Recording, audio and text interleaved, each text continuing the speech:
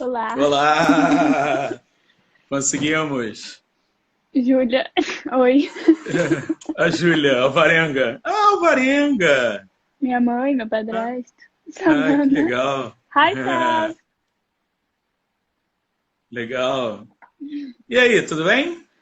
Tudo bem, e você? Beleza? Animada? Nervosa, mas vamos lá. Normal, normal. Vamos esperar o pessoal um pouquinho mais Vamos. para a gente começar a nossa conversa aí. Ó, quem é? Gigi. É uma menina de Aia. Ah, de Aia, que legal! Quem é? Sua mãe, não é? M. E minha Ramo. Ramosina é minha mãe. Ah, Fernandinha. Não sei se a Fernandinha foi sua professora. Você Acho... estudou no Fundamental 1, Não, no eu MOP? cheguei lá só no sexto ano. Ah, sim. A Fernandinha dava aula no quinto ano. Hum. É, legal. Ó, quem é?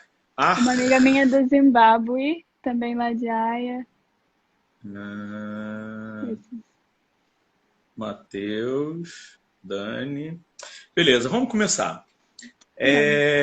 Primeiro, assim, a gente informa o pessoal que a live vai ficar no meu IGTV e depois eu passo para você também, mando no Drive para você compartilhar, para você dar uma olhada. Ah, Fernanda e Júlia. Fernandinha e Júlia. A Júlia é minha aluna. E a Fernandinha foi minha aluna, né? Quando eu comecei no magistério, há alguns anos atrás, a Fernandinha foi minha aluna também. Então, olha só, vamos começar assim. O importante para a gente direcionar essa live é falar da tua experiência, né? Você hoje tem 19 anos, faz 20 agora em agosto, né? Isso. E é muito importante para o nosso país, para os educadores em geral, você colocar algumas coisas em relação a, ao que é esse aprendizado fora do país, né? Seja no local que for. Então, assim, a gente estava conversando que você estudou no MOP, né, até o primeiro ano do ensino médio, foi minha aluna no sexto e no oitavo, né? Isso. Acho que no Acho que sim. sexto e no oitavo, E no primeiro ano você sai, vai para outra escola e depois você vai para a África, né? Então, é uma troca assim, de realidade muito forte e muito importante para você com 16, 17 anos, 16, né? 16 anos, Eu saí do você Brasil com foi. 16, é. Com 16 anos, você sai de uma realidade, Barra da Tijuca e tal, e vai para a África. Aí conta para mim aí, como é que foi isso? Então, foi isso. Eu saí aqui no do Brasil com 16 anos e eu fui fazer inicialmente um ano, mas eu acabei ficando 2 anos numa high school, né, que é um ensino médio, na África do Sul, uma escola interna. Meu pai foi transferido para Moçambique e eu fui para essa escola interna bem perto da fronteira. Foi uma mudança que eu esperava, uma mudança muito grande, mas eu não esperava uma mudança tão grande quanto foi, assim. Muita gente acha que é tudo muito novo e muito assim divertido quando você sai, mas na verdade é um impacto muito grande. O início é sempre difícil. Eu acho que eu tive sorte, eu me adaptei muito fácil. Eu acho que uns 2, 3 meses eu estava adaptada, mas tem momentos e mudanças muito marcantes. Primeiro que eu saí para ir para uma escola interna, que é uma coisa que é extremamente incomum aqui no Brasil. Né? E o segundo que era uma escola muito diferente do MOP e da outra escola que eu estudei no Rio, uma escola extremamente religiosa e conservadora. E que mesmo assim eu me apaixonei pela escola e me apeguei muito por todo mundo que eu conheci lá, alunos, professores, coordenadores, diretores, enfim. Um momento que eu até anotei aqui que eu queria muito falar, que me marcou muito dessa mudança, saindo do MOP e da outra escola que eu estudei no Rio, foi a minha primeira assembly, que é uma assembleia com todos os estudantes e professores e coordenadores e muitas vezes os donos da escola, que acontecia toda segunda-feira lá na Uplands, que foi a escola que eu estudei na África do Sul. No meu primeiro dia, nos meus primeiros 20 minutos na escola, me botaram no meio de um salão imenso, com um monte de gente, com um uniforme que eu nunca tinha visto, com uma língua que eu só falava, mas não falava muito bem. E quando o diretor subiu no palco e ligou o microfone, todo mundo levantou e esperou ele dar a palavra e dar o sinal para a gente poder se sentar de novo. Naquele momento, eu olhei para mim mesma e falei, meu Deus do céu, o que eu estou fazendo aqui? O que eu estou fazendo aqui? O que eu fiz? Eu gostava tanto da minha escola. Eu vim para um quartel, o que eu estou fazendo? Me deu um medo, assim, muito grande. E Mas depois... assim, apesar de ser uma coisa impactante, mas você teve ali a primeira experiência de uma cultura diferente, Então, né? era isso que eu ia falar. E aí depois, eu acho que o que me permitiu me adaptar muito bem foi que eu simplesmente abri o meu coração e a minha cabeça para fazer parte daquela cultura que era 100% diferente da minha. Sim. 110%, talvez. E eu acho que esse é o segredo, assim, de você ir morar fora e ser feliz e fazer amigos e, enfim, conhecer pessoas de uma forma genuína. É você realmente abrir a sua cabeça e fazer essa troca, tanto da tua cultura para a cultura da pessoa que você está conhecendo e o contrário também. Adaptou-se um termo da física, né, que é a resiliência. Né? É muito importante, assim, quando você... Primeiro que eu não acredito, eu tenho uma visão sobre fronteira muito diferente. Eu acho que essa coisa de fronteira é muito subjetiva. Né? É óbvio que tem uma questão, digamos, governamental e tal, mas quando você sai de um lugar, no teu país, você vai para outro país, você precisa obrigatoriamente se adaptar à realidade da onde você está indo. Muitas das vezes as pessoas impõem aquilo que elas têm, né? E querem que o local para onde elas vão, por exemplo, eu tenho amigos que estão em Portugal que querem fazer o que eles fazem aqui no Brasil. E não, lá a realidade é outra e a vida é outra, né? Claro. Você vê muito brasileiro que sai do país e de maneira nenhuma estou criticando, eu entendo, eu também sinto saudade, mas que só faz amizade com brasileiros ou que cozinha comida brasileira e não abre exceção. Eu acho que... E tinha uma brasileira lá, ela não está assistindo, eu acho, mas queria que ela tivesse. Giovana, que já estudava na escola que eu fui, e foi ela que me falou isso. Ela falou, cara, se você ficar focada no Brasil, nas pessoas que você conhecia no Brasil e a vida que você vivia no Brasil, você não vai se adaptar e você não vai ser feliz.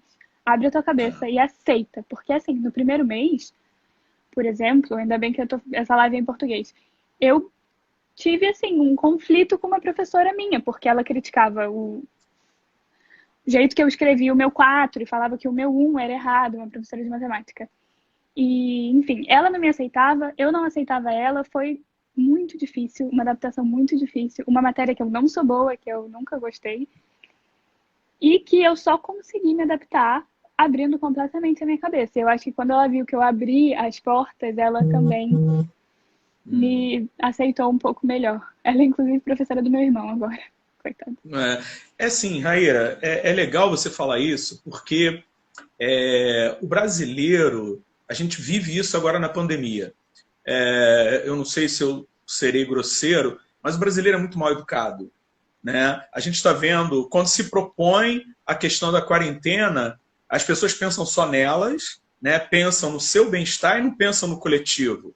E você sai desse país, dessa realidade, na Barra da Tijuca, onde a questão do consumo é muito significativa, e quando você vai para Moçambique primeiro, e depois África do Sul, uma coisa que você me falou, você via as pessoas com valores totalmente diferentes daquele que você vivenciou. E como foi esse impacto assim para você? Definitivamente um impacto muito grande. Em Moçambique, eu demorei um tempo para ir. Ontem. Voltou. Então, eu estava falando exatamente isso, assim, é, essa questão dos consumos, de uma forma geral, do Uhum. consumo, como foi isso impactante para você, né? Então, eu estava falando. Eu demorei alguns meses para conhecer Nacala, que era a cidade que meu pai estava morando. E saindo do aeroporto, indo para o condomínio que a gente morava, eu fiquei chocada. Na África do Sul eu vi muita realidade, eu passei por muitas favelas, né, eles chamam lá de townships. Passei por muitas comunidades pobres e conheci muitas pessoas que trabalhavam na escola e alguns projetos sociais que eu fazia.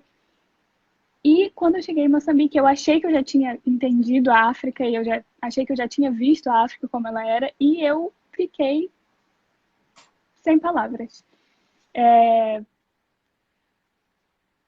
E assim, eu vi as pessoas comprando tudo delas na rua, tudo estendido em pano e não existe uma estrutura de mercado, de nada. Tudo é feito na rua, é tudo ali. E além disso, além da realidade que eu vi na África e o que as pessoas viviam, você quando sai do país, sem muitos planos para voltar, você vive uma vida compacta. Você tem que conseguir transportar tudo que você tem, tudo que importa para você em, no máximo, 2,5 malas. 2 malas e uma mala de mão. Então, e além disso, lá na escola eu tinha um armário desse tamanho e eu usava uniforme. Então, assim, eu minimalizei muito o meu armário, principalmente. Eu acho que quando eu fiz aquela experiência com você no MOP em 2017, eu acho. 17. Eu falei que tudo que eu tinha, incluindo sapatos e até algumas roupas de cama, biquíni, roupa, tudo, cabiam em 2 malas. Isso, assim, infelizmente eu não estou conseguindo manter isso também na Europa por causa das roupas de frio, mas foi uma coisa que eu aprendi, a não ter muitos objetos, não ter muitas coisas, não comprar o que eu não preciso. E quando eu quiser comprar alguma coisa, tentar substituir por alguma coisa que eu já tenho. Porque, além de ser importante controlar o seu consumo, é muito importante na vida que eu vivo, e muitas pessoas que moram fora do país também. É importante ter uma vida compacta, com poucas coisas, e coisas que realmente importam, que você realmente usa. E uma outra coisa importante assim que você falou, né? Quer dizer, essa vivência, ela é uma experiência que nenhuma escola dá, né? A escola da vida. E uma coisa interessante que você falou da sua escola é que, como a África do Sul tem uma questão da colonização inglesa, a tua escola ela tinha meio que parecido com o Harry Potter, né? Você tinha uma casa, né? Sim. Como é que era isso? Eu tive uma conversa com uma amiga minha há algumas horas atrás sobre o senso de comunidade, grupo, que a Upland tinha, que é uma coisa que eu sinto muita falta na faculdade. A nossa escola era dividida em 4 casas e eram as mesmas cores do Harry Potter. Quando eu cheguei, eu fiquei, ai meu Deus. E a gente usava sainha e gravata, mas enfim, isso não é o ponto. E assim, a gente tem Olimpíadas e apesar de ter muita competição, é uma cultura que é muito competitiva, tem uma união, uma sororidade, assim, eu vivia numa casa só de meninas. Uma sororidade que eu nunca vi igual, assim, não importa se você gostava daquela pessoa ou não. Você estava na escola e você precisava de ajuda, as pessoas da sua casa estavam ali. Minha avó, meu Deus, minha avó tá me assistindo.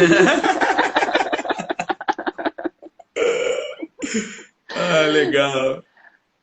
Mas realmente isso das casas e da participação assim do esporte na vida acadêmica tinha aquela coisa dos pontos, né, do Harry Potter por notas boas e comportamento bom. A gente tinha isso, tinha uma House Cup que todo mundo ganhava, que todo mundo competia e era muito legal. Era uma união assim que você criava com as pessoas que você morava e estudava. Sei. Muito, muito, muito diferente do que a gente tem aqui.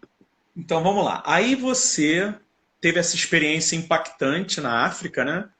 Quando a gente fala África, às vezes os professores de história eles criticam muito, né? Porque a África é uma coisa gigantesca. Você tem diferenças muito grandes. Você foi para o Zimbábue também, né? Não, então, quais lugares você conheceu? Ali, aquela região que eu morava da África do Sul, você pode praticamente chamar de Little Moçambique.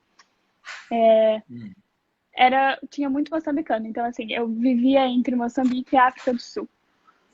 E eu visitei o Egito e eu passei pela Suazilândia, assim, de carro, em viagem, mas eu não conheci os países em si. A minha escola, por ser uma escola de referência e uma escola interna, tinha muita gente de muitos países. Eu estudava com várias pessoas do Zimbábue, várias pessoas da Botsuana, Suazilândia, Etiópia, nem lembro, muita gente. E era então, assim, era multicultural, né?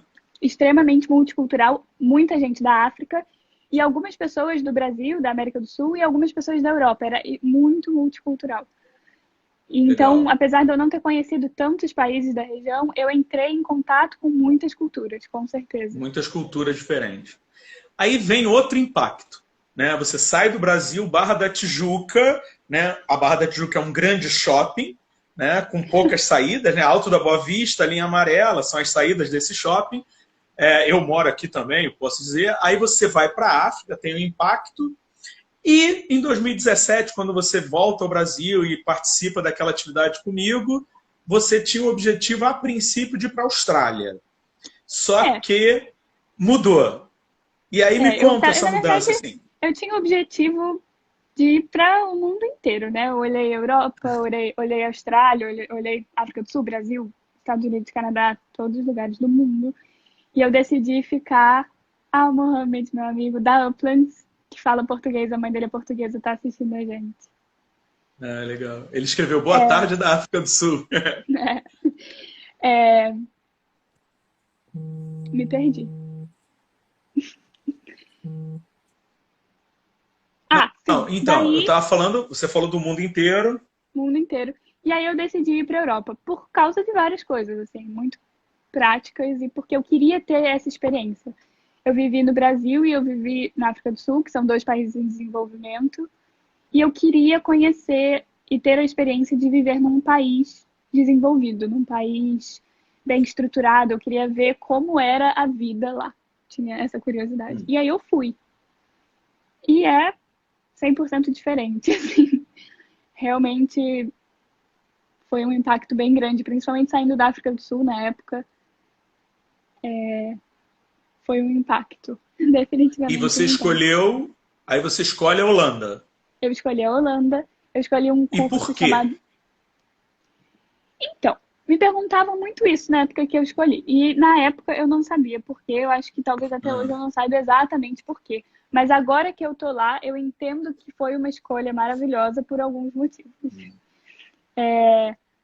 Mas principalmente a Holanda, porque eu tinha muito interesse na cidade de Haia, que é onde eu moro atualmente, que é uma cidade extremamente relevante no contexto de relações internacionais e direito internacional.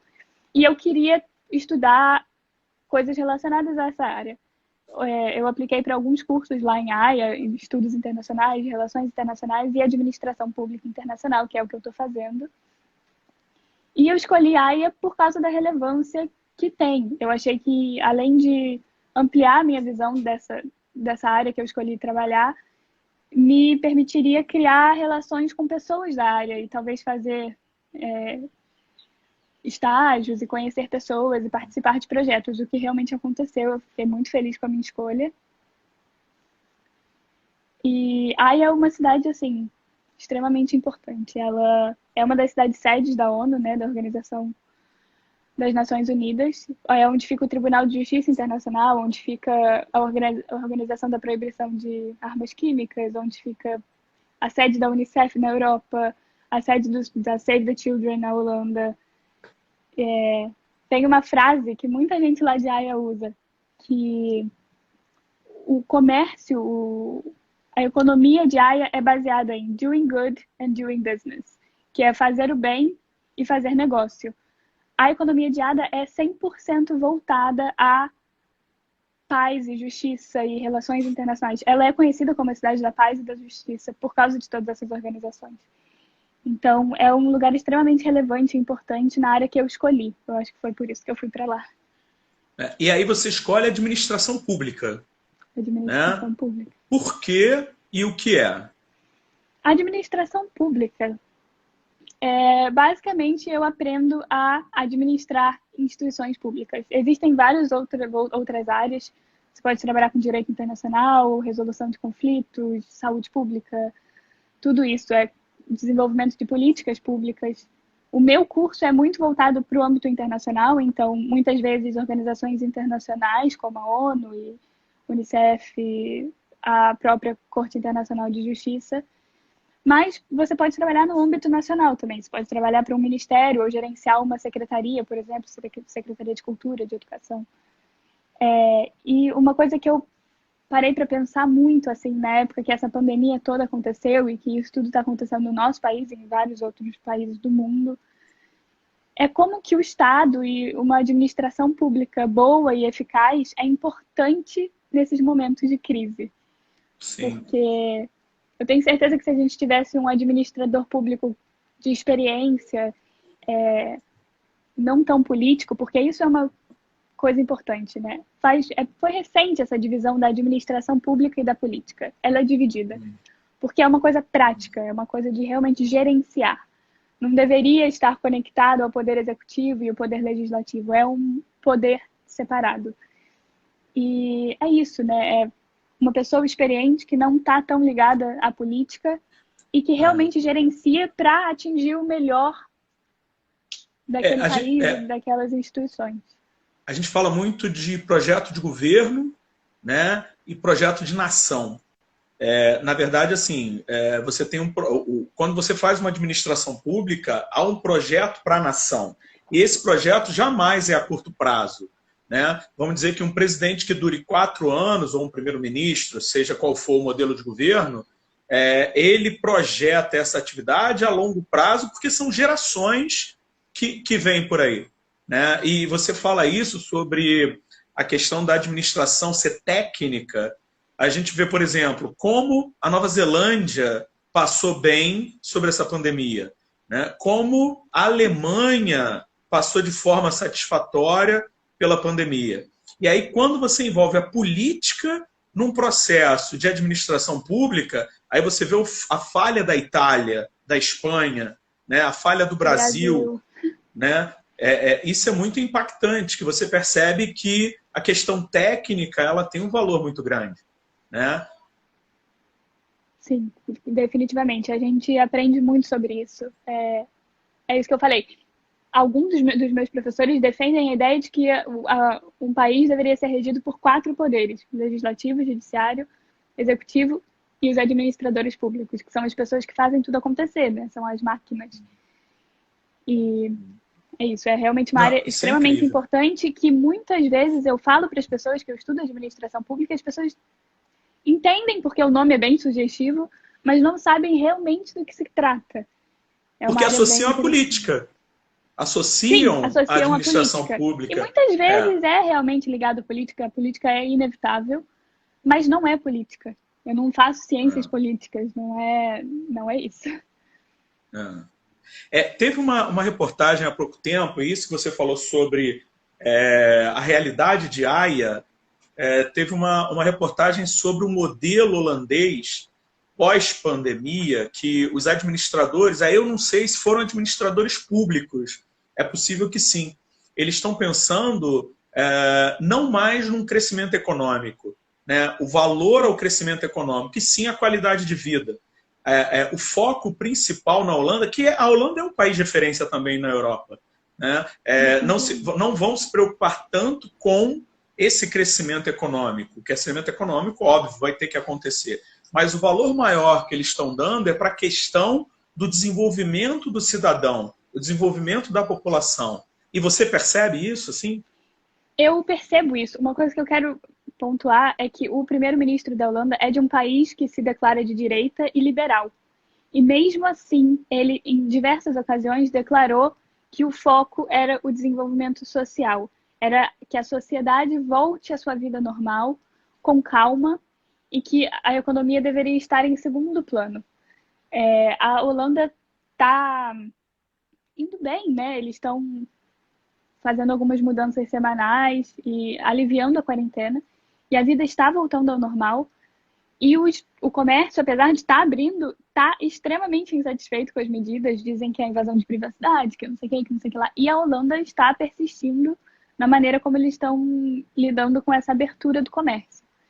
Eu percebo isso em muitas coisas. Assim. Eu não vejo, por exemplo, as discussões políticas que eu escuto das pessoas que eu conheço na Holanda não são políticas. Elas pensam que são, mas não são políticas. É sobre o funcionamento do transporte público. Eles são extremamente frustrados com o funcionamento dos trens. Eles reclamam muito sobre isso. E eles falam do governo e falam, nossa, o governo não cuida disso, não cuida daquilo. E eu penso, meu Deus, quem me dera que os nossos pensamentos e discussões políticas no Brasil fossem em relação a essas coisas que são essenciais, mas que não são vistas como essenciais no Brasil, porque a gente tem tanta coisa para pensar antes disso. É. E em cima dessas experiências, uma garota de 19 anos, eu tenho que bater isso, porque... não, eu acho assim, os seus 19 anos, com a experiência que você adquire, você já tem o desenvolvimento de algumas competências que muitos adultos não têm, infelizmente. E em cima disso, você tem projetos. Né? Você falou que tem um projeto com a Unicef. Sim.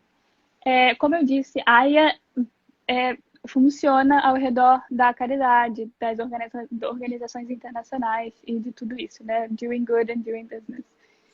E é muito acessível aos estudantes. A AIA tem diversas faculdades, eu acho que são 5 faculdades numa cidade que é relativamente pequena. Isso é muito acessível aos estudantes. A maioria dos estudantes que eu conheço estão ligados com alguma instituição do tipo. Eu faço parte de um time de estudantes da Unicef. Foi um projeto que começou na Holanda. A Unicef tem times regionais de estudantes que fazem arrecadações e projetos de conscientização.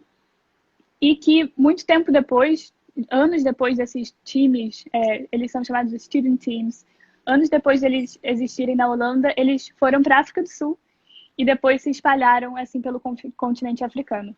Até agora no Brasil e em outros países eu não sei se eles existem, mas é isso. É um time super bem estruturado, que tem uma presidente e pessoas que cuidam de comitês que são estudantis e sociais, e é isso. A gente organiza eventos para arrecadar fundos para um projeto específico da Unicef, que é uma coisa que é incrível, né? Nós com 18, 19 anos, alguns do meu grupo têm 17, eles têm acesso total, eles têm um cartão que eles botam lá na sede da Unicef da Holanda e entram e podem bater na porta da diretora regional da Unicef e perguntar e pedir conselho e pedir feedback das ideias que a gente tem. É incrível, é realmente incrível. Você está falando de Holanda, que é um país que tem uma qualidade de vida super interessante e o jovem é muito mais atuante.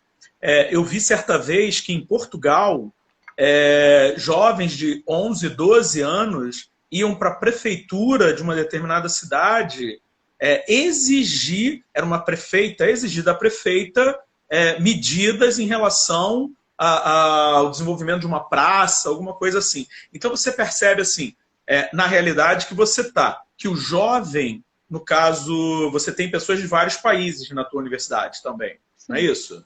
Então, o jovem ele tem uma consciência da ação política muito maior do que você via aqui no Brasil? Eu creio que sim. Eu acho que aqui no Brasil ainda é muito dividido entre o jovem ativista e o jovem neutro. Eu vejo isso no meu grupo de amizades, no grupo de amizades do meu irmão e, enfim, de todo mundo que eu conheço. Até pessoas da idade dos meus pais, assim. Existem os ativistas e os que não se envolvem. Eu acho que lá na Holanda todo mundo é muito envolvido.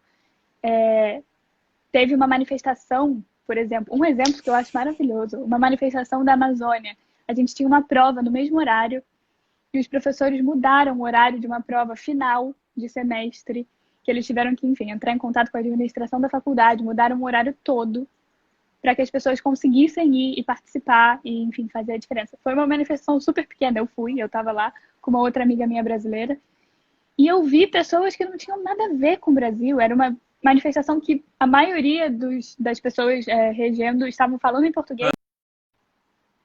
Voltamos. Voltou. Então aí você estava falando que as pessoas... Depois, deixa eu só falar uma coisa. Para quem está assistindo, a live vai ficar no meu IGTV e no da Raíra. Depois eu vou baixar, tá? E vou fazer os cortes dessas travadas que legal. Mas então aí você falou que esse grupo foi para passeata. Sim, e eu vi pessoas que não tinham nada a ver com o Brasil, que não tinham o menor interesse na cultura sul-americana. Nada a ver. Mas eles viam a importância daquele assunto no âmbito mundial, né, internacional. É uma coisa que realmente afeta todos nós. E eu vi pessoas, assim, do leste europeu, da Europa, da África, pessoas que eu via na faculdade, que eu não tive que convencer, não tive que pedir, tipo, ai, olha, uma manifestação brasileira, vamos lá, não sei o quê, porque foi uma coisa organizada por brasileiros, uma coisa que eu ouvi falar a partir de um grupo de brasileiros. E todo mundo se envolveu. Eles viram a importância e se envolveram. O envolvimento e a consciência é muito maior, né?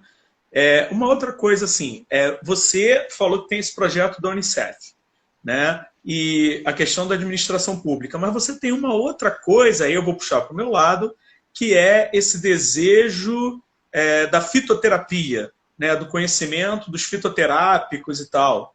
E como é isso também?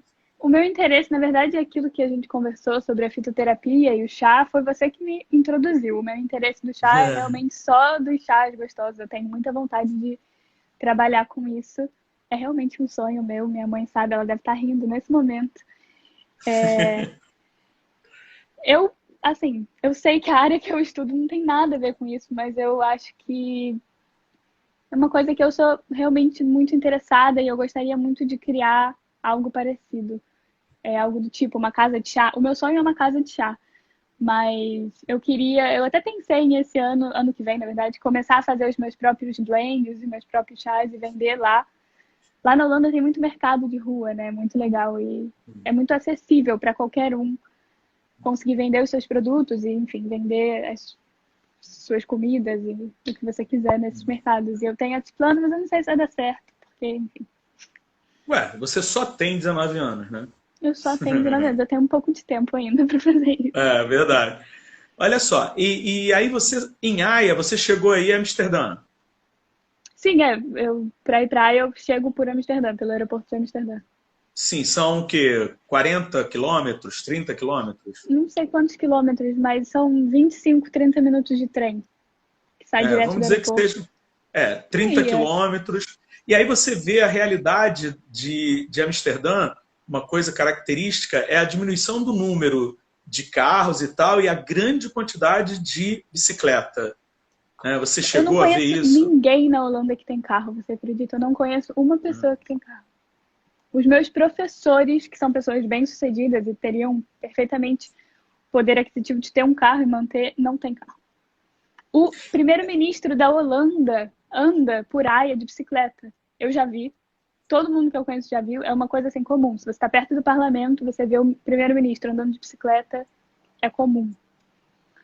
E esse pensamento, tu acha que você fazendo a tua administração pública, a vivência que você teve na África, esse pensamento do profissional ou das pessoas andarem de bicicleta, não tem um quê aí de pensamento coletivo, qualidade de vida, diminuição de emissão de gases poluentes? Você não percebe Claro, com isso? certeza. Eu acho que a vida coletiva na Holanda é imensa. As pessoas só se só pegam trem, só pegam eles têm aqueles bondes, né, que é tipo o VLT do Rio, uma coisa um pouco mais moderna do que bonde. E eu não conheço, assim, você vê pouquíssimos carros na Holanda. Quando você vê carros, são praticamente todos elétricos. Lá na Holanda você não paga taxa, né, se você compra um carro elétrico, então você vê muito carro de luxo, Tesla, Lexus, mesmo que seja um estudante, que alguns moram em cidades mais do interior e precisam de carro, você vê estação de carregar carro elétrico pela cidade inteira. Muitas delas são de graça, pagas pela prefeitura. Realmente, essa questão do transporte, assim, na Holanda, eu acho que eles aperfeiçoaram e deveriam ser um exemplo. E o que eu acho muito engraçado é que os holandeses reclamam demais do transporte público da Holanda. Eu, até hoje, não consegui encontrar nenhum defeito. Mas eles não gostam muito. Tem uma proposta do governo alemão que é até 2025, se eu não estou enganado, e eu não sei, com a questão da pandemia, se isso se mantém, eles não fabricarem mais carros movidos a combustíveis fósseis. Né? A Alemanha está. A Alemanha, e a Alemanha é uma das principais e indústrias de carro do mundo, é né? isso, é isso que a gente fala, né? Você tem BMW, você tem Volkswagen, você tem várias Mercedes, várias montadoras que têm uma relevância mundial muito grande, mas o governo se preocupando com a questão da emissão de gases destruidores da camada de ozônio, efeito estufa, combustíveis fósseis, está passando em 2025 para carros elétricos, e aí com um barulho, né, porque carro elétrico é muito silencioso, eles colocam barulho para chamar atenção, e você diz que na Holanda você já tem um modelo mais próximo a isso, você já tem uma quantidade grande de carros elétricos. Sim, sim, extremamente grande. Minha mãe, quando estava em Haia, ficou irritada comigo, porque toda vez que eu vinha em Tesla, eu falava, ai, meu carro dos sonhos. Quando eu via um carro elétrico, eu ficava, ai, olha, mãe, que carro legal. E ela falou, gente, desde quando que você gosta de carro? Que isso? O que está acontecendo? Eu falei, é isso, as pessoas têm um interesse, né? Porque é uma coisa que muda demais a emissão de gás carbono e muda demais o modo com que a gente pensa em transporte. E foi uma coisa que me interessou. Eu também nunca achei que eu ia me interessar por carros, mas por carros elétricos eu me interesso. E assim, a tua ida para lá, você sentiu alguma resistência ao fato de você ser latina, alguma discriminação, ou você foi bem acolhida?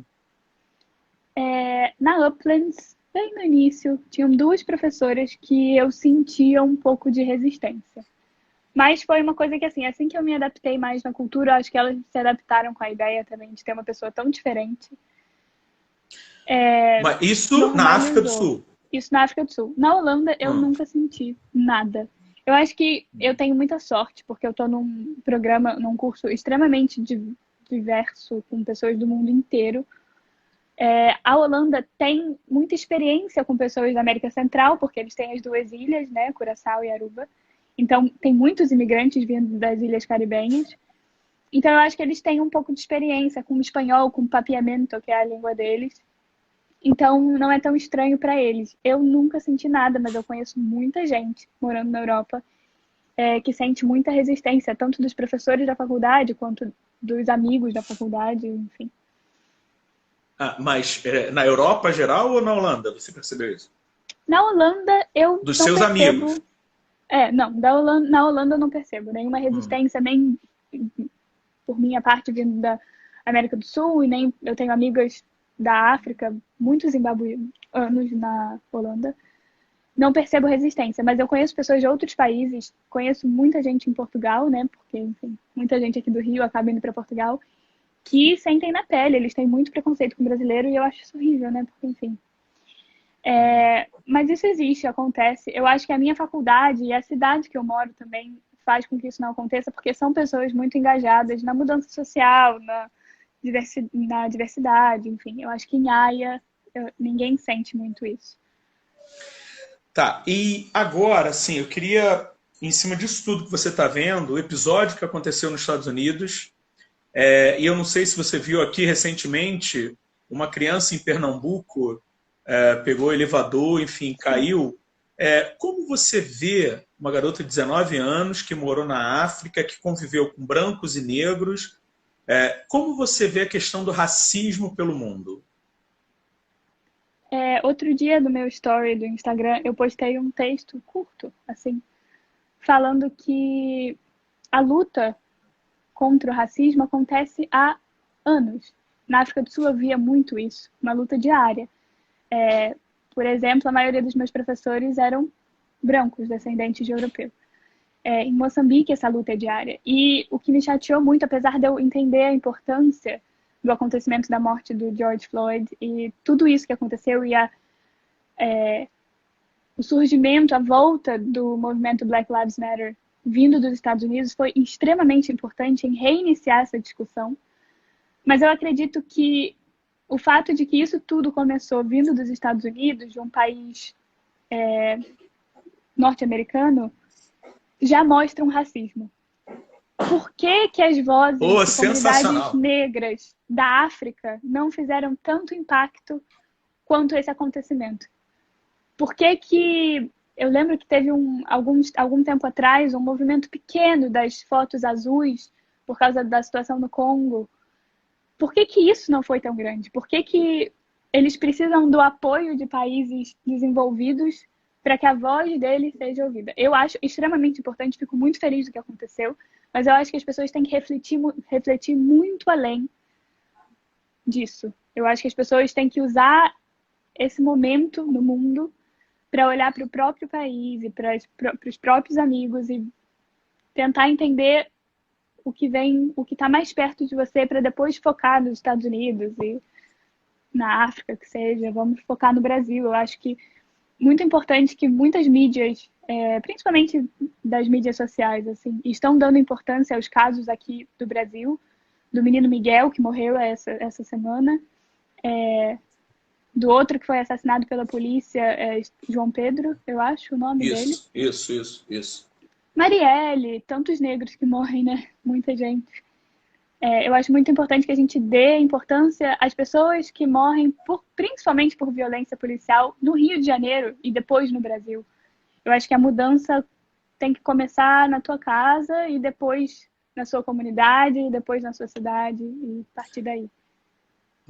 É muito importante isso que você fala, que a gente tem 76% de jovens, quando os mortos são jovens negros. Né? A gente tem uma população carcerária de mais de 95% de negros. E é muito interessante você falar isso, porque se a gente analisar todo o processo escravocrata, você morou num continente onde ele foi usurpado pelo colonizador, que retirava o negro, e às vezes reis, nobres que eram retirados da África, né, levados para a Europa ou para as novas terras. Isso é assim, de extrema importância. A gente falar que no Brasil a gente tem uma população negra, que é a maioria, né? Só que tem um pensamento escravocrata, principalmente quando a gente fala da questão da empregada doméstica. Né? A gente vê na Europa, você não tem essa coisa normalizada de empregada doméstica. Canadá, você não tem isso. Estados Unidos, você não tem isso. No Brasil, a gente tem, óbvio, porque tem um resquício escravocrata daquela pessoa trabalhar para você. Né? E a cena que a gente vê da pessoa, e eu não vou querer fazer juízo de valor, a pessoa deixar a criança andar sozinha porque é o filho da empregada. O filho dela, ninguém ia permitir que isso acontecesse. E quando você fala isso, eu acho que é de uma importância muito grande. Né? Episódios que acontecem constantemente na África, no Brasil, não entram na relevância. Como acontece algo nos Estados Unidos, que é um país desenvolvido e tal, você vê o povo brasileiro valorizando algo que aconteceu lá, mas esquece da realidade da tua porta, tá né, do teu lado. de nós, exatamente. Isso que você falou da normalização desse sentido escravocrata no trabalho da empregada doméstica, eu vejo no Brasil.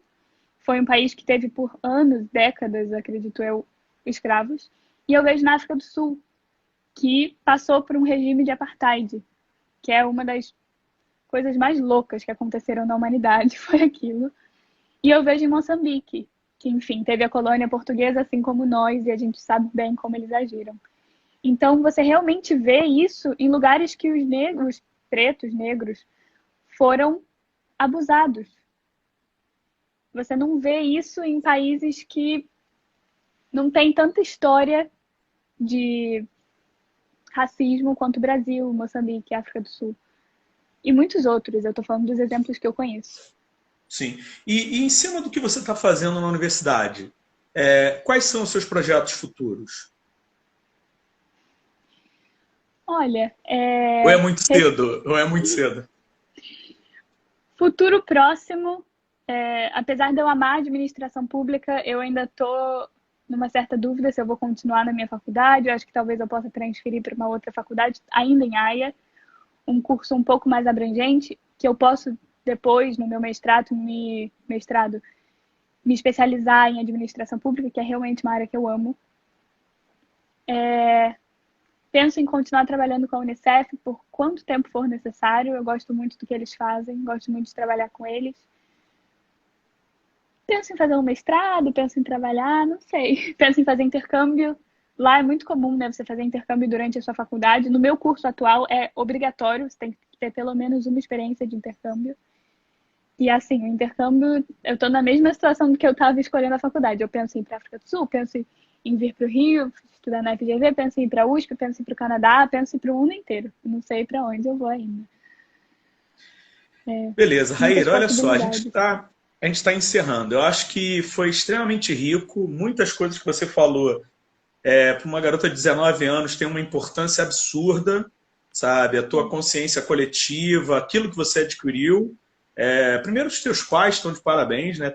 Pela construção humana que eles fizeram de você.